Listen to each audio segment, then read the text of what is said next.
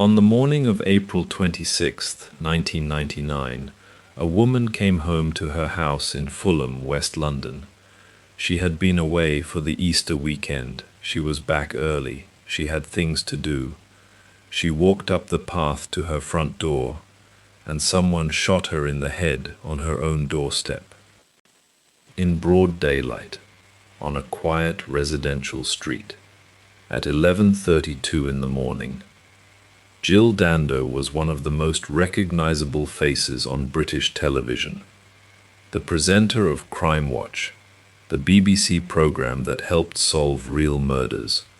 A woman whose job was literally to help catch killers. She was dead before the ambulance arrived, and the person who shot her has never been conclusively identified. This is Crime Archive. Tonight we are opening the file on the murder of Jill Dando.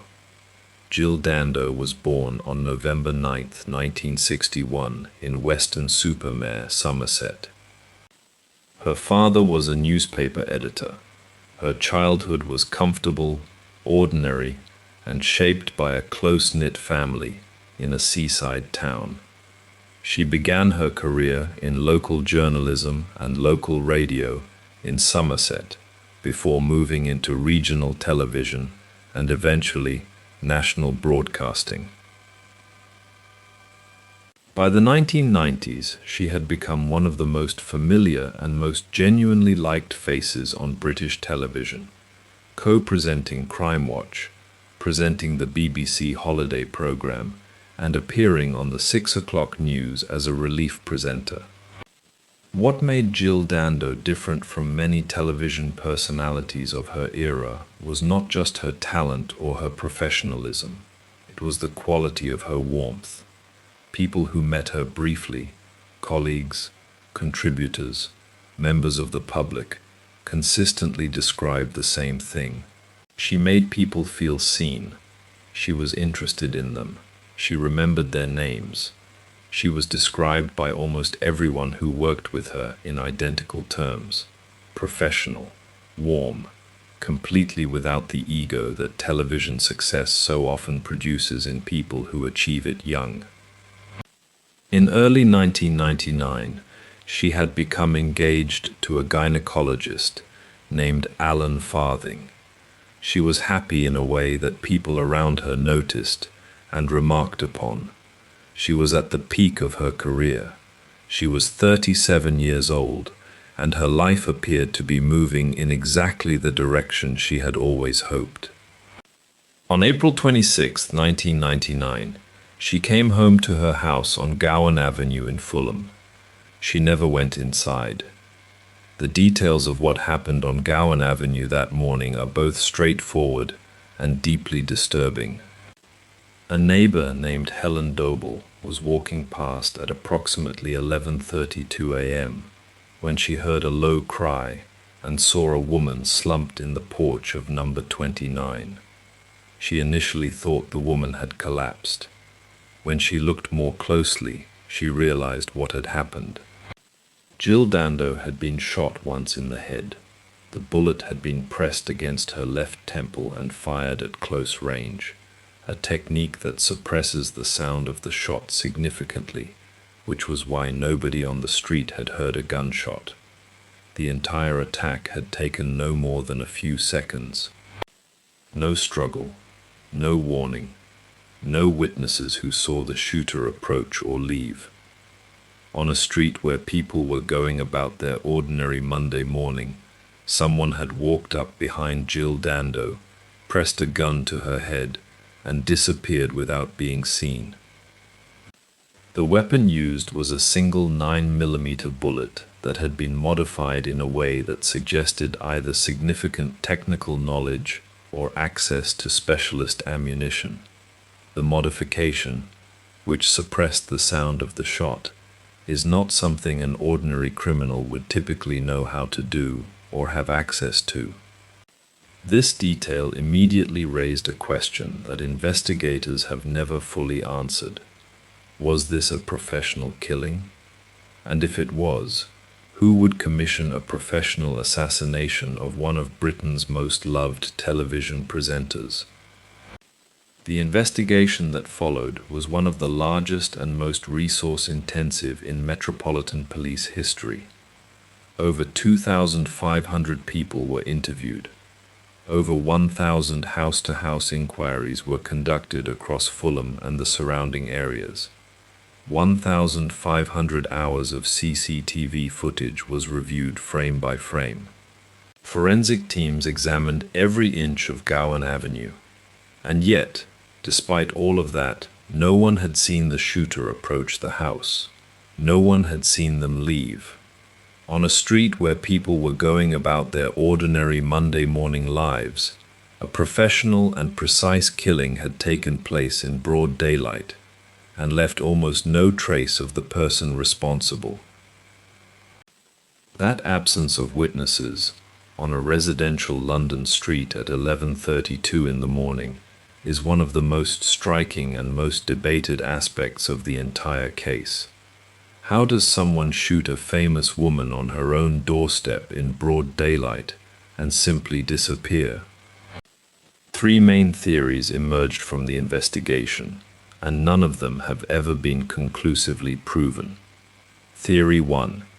A stalker or obsessive individual.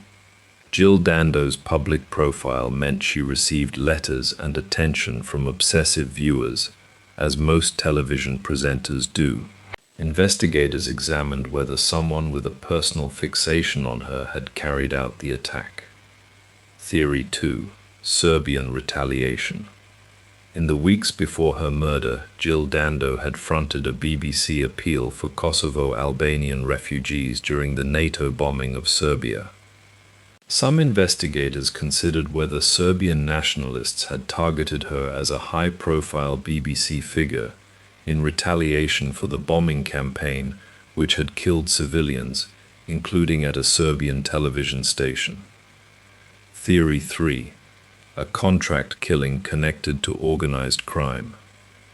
The professional nature of the attack, the modified bullet, the clean approach and exit, the complete absence of witnesses, led some investigators to consider whether Jill Dando had been killed by a professional, commissioned by someone whose identity has never been established. In 2001, a man named Barry George was arrested and charged with the murder. He was a local man with a history of stalking and obsessive behavior toward women and celebrities. A tiny particle of firearms residue was found in the pocket of a coat belonging to him. He was convicted of murder in 2001 and sentenced to life imprisonment. He served 8 years, and then in 2008 his conviction was overturned. The firearms residue particle, the only significant physical evidence connecting him to the crime, was ruled by appeal judges to be insufficient on its own to support a conviction. Barry George was acquitted at a retrial. He walked free. And the case returned to where it had started. No confirmed suspect, no confirmed motive, no answer. More than 25 years after Jill Dando's murder, the case remains officially unsolved. The Metropolitan Police have never closed the file. The three original theories remain active, none of them proven, none of them entirely ruled out. The stalker theory lost significant momentum after Barry George's acquittal. Without him as a confirmed suspect, the obsessive individual line of investigation has produced no other credible candidate. The Serbian retaliation theory has been taken more seriously in recent years. Documents released under Freedom of Information requests have suggested that intelligence services were aware of potential threats to BBC figures during the Kosovo conflict. Whether those threats were connected to Jill Dando's murder has never been confirmed. The contract killing theory remains the most disturbing because it implies that somewhere, in a criminal network, in an intelligence file, or in the memory of someone still alive, the name of the person who commissioned Jill Dando's murder is known, just not by us. In 2019, 20 years after the murder, the Metropolitan Police conducted a review of the case using modern forensic techniques unavailable in 1999. The review was conducted. The results were not made public. The file remains open, which means that right now, as you watch this video, there is an active murder investigation into the killing of Jill Dando. The Metropolitan Police have not given up. The case has not been shelved. Someone knows what happened on Gowan Avenue on the morning of April 26, 1999. The question is whether that person will ever be found. Jill Dando was 37 years old when she was shot on her own doorstep on an ordinary Monday morning in April 1999. She had been engaged for 3 months to a man she loved. She was at the height of a career that had been built entirely on warmth, professionalism, and a genuine desire to do something meaningful with the platform she had been given. She sat across from victims and their families and helped them tell their stories with dignity. She helped catch killers.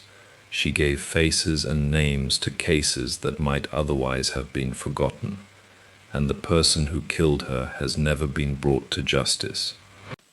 Gowan Avenue in Fulham is a quiet residential street today.